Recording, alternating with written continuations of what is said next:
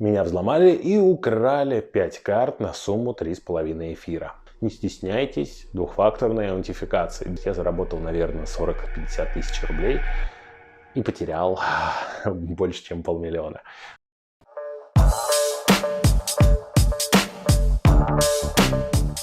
Всем привет! Вы на канале BuyLBlog.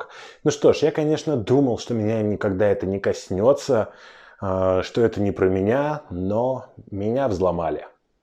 Меня взломали и украли 5 карт на сумму 3,5 эфира. Да, в рублях это, конечно, значительная сумма. И да, тяжело. Но давайте теперь расскажу вам, как это все-таки было. И что самое важное, в этом видео я вам расскажу, как себя обезопасить, как защитить свой аккаунт максимально, чтобы ни один из плохих товарищей к вам не подобрался и не смог завладеть вашими картами. Итак, расскажу свою историю. Как-то в один день я зашел и увидел то, что у меня нет голкипера. Начал искать, куда он делся, в итоге нашел его у другого менеджера. Нашел его у другого менеджера, плюс еще своих остальных игроков, моих топовых игроков, ценник на которых начинается от полуэфира. Они были у другого менеджера, я начал искать как, ни лого передач, ничего нет, и нашел то, что это выведено за пределами Sorare. Естественно, обратился к Гаю, так что если вы когда-то подвергались взлому, обращайтесь к Гаю, он вам подскажет, как защитить. Если я надеюсь, то, что у вас таких историй не было и не будет. Вот, начал общаться с ним, максимально все перепроверили, отдавал свои данные по устройствам, по IP, и на мой аккаунт никто не заходил. Да, у меня стояла двухфакторная аутентификация, но я ее снимал в одно время, чтобы было удобнее пользоваться. Возможно, это была ошибка, но все равно никто ко мне не заходил. И, естественно, у вас возникает вопрос, как так вышло то, что у тебя забрали игроков, хотя на твой аккаунт никто не мог зайти. На 99% я уверен, что это произошло именно так. Я поделился своим приватным ключом с MetaMask. Я думаю, все помнят такие раздачи, как Paint, Blackpool Token. Все мы шарили свои приватные ключи, чтобы заработать какую-то копейку, там, токены, и обменять их. То есть я заработал, наверное, 40-50 тысяч рублей и потерял больше, чем 500 000. Вот. Ну, давайте не будем о грустном. Вот. И, к сожалению, скорее всего, взломали MetaMask как, без понятия, но оттуда выдернули приватный ключ. Другие способы взлома, которые могли бы быть, их не оказалось. То есть мы проверили все. Последние недели мы занимались только моей безопасностью. Как так это произошло? Прям досконально все изучали. Я даже платил деньги знакомому своему хакеру, чтобы попробовать взломать Sorare извне. Ну, естественно, я администрацию предупредил об этом, то, что будет тест такой, то, что там есть в логах, которые открываются под F12, интересные лазейки, но эти лазейки у меня тоже не получились, то есть сайт защищен на 99,9%. Хакерские атаки могут быть, но малоуспешные. И, скорее всего, меня дернули как раз-таки из этого приватного ключа, мои карточки в обход двухфакторной аутентификации, и я с ними распрощался. Ну, к сожалению, это так.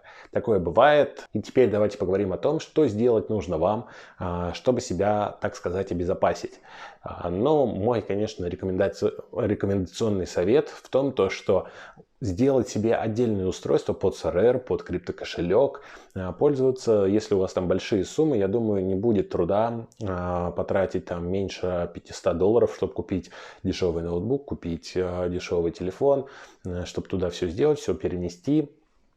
И у вас была совесть чиста, вы были спокойны, и с основного телефона вы там заходили только на Sorare Date или еще куда-нибудь, смотреть новости и так далее. Итак, что нужно в первую очередь сделать?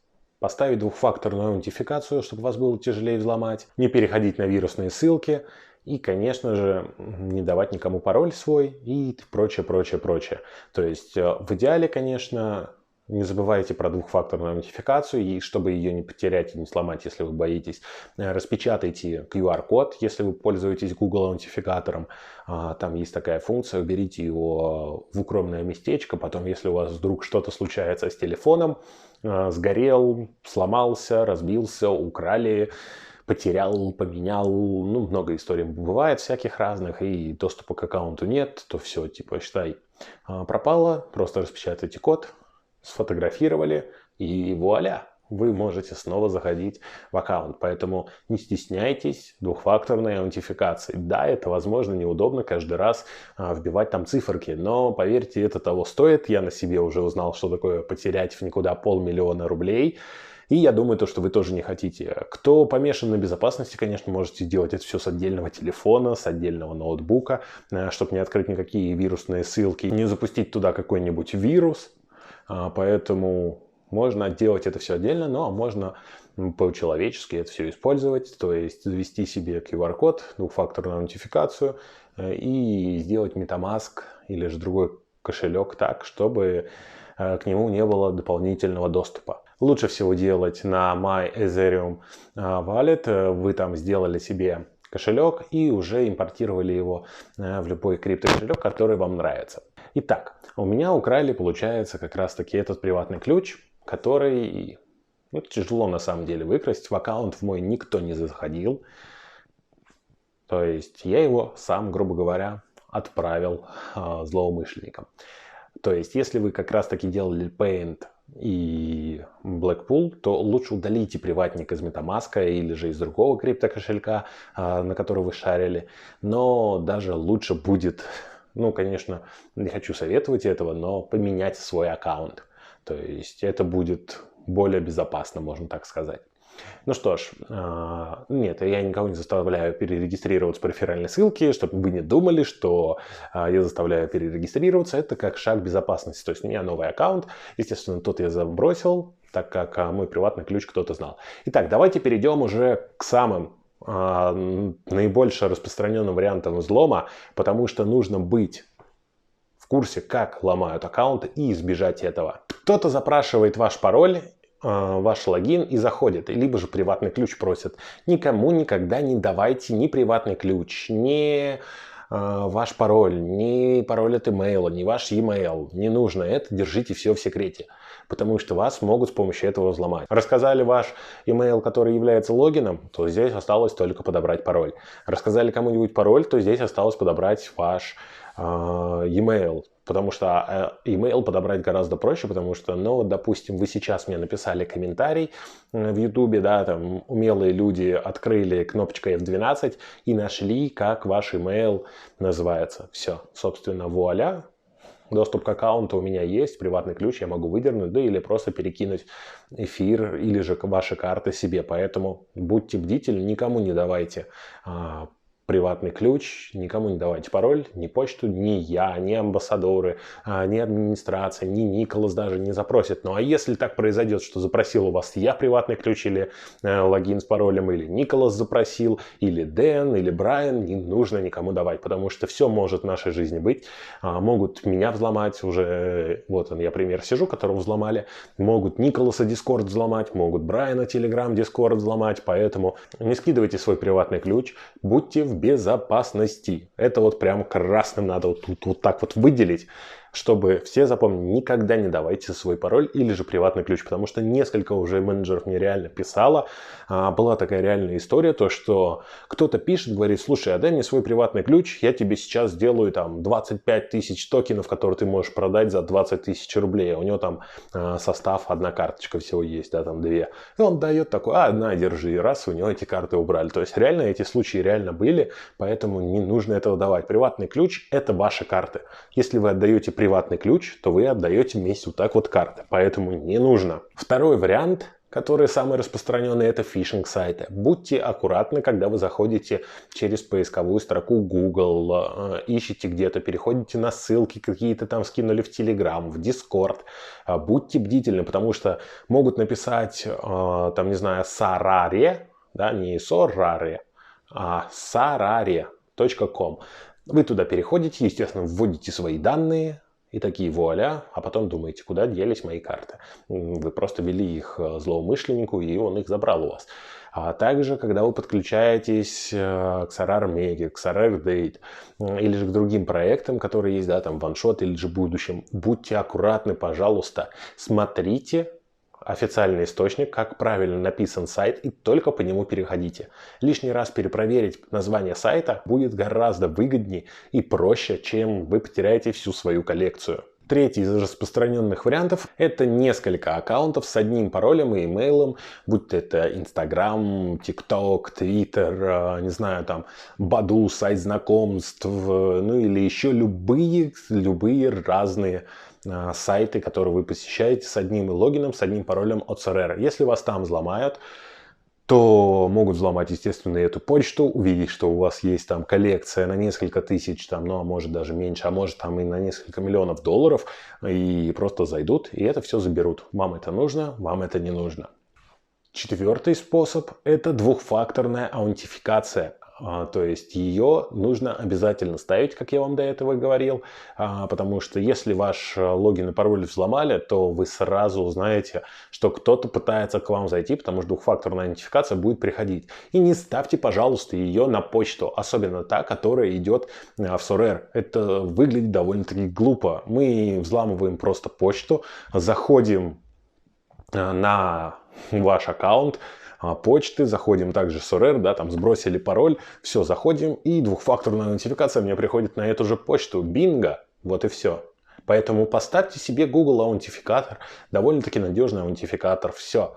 Больше вам ничего не нужно, сделайте QR-код, вы никогда его не потеряете, да, там положили в укромное место, в конце концов, если прям быть помешанным на безопасности, сложите этот листочек, купите ячейку в банке, положите в банковскую ячейку, сделайте еще один листочек с этим QR-кодом, отдайте ее соседу, сделайте QR-код еще один, отдайте на работу, положите себе в стол, вдруг там квартира сгорит, банк ограбит, сосед заболеет, с соседом поссоритесь. Поэтому, если вы хотите сделать много, сделайте много. Но не нужно пропускать мимо ушей двухфакторную аутентификацию и, конечно же, ее заводить на электронную почту. Пятый вариант, который вас могут взломать, это пользование общедоступным Wi-Fi. То есть, я думаю, многие из вас когда-то кого-то ждали в Макдональдсе, ждали в аэропорту, ждали на РЖД вокзале, ну или же просто в какой-то кафешке вы сидите, ждете человека, интернет у вас плохо работает, вы подключаетесь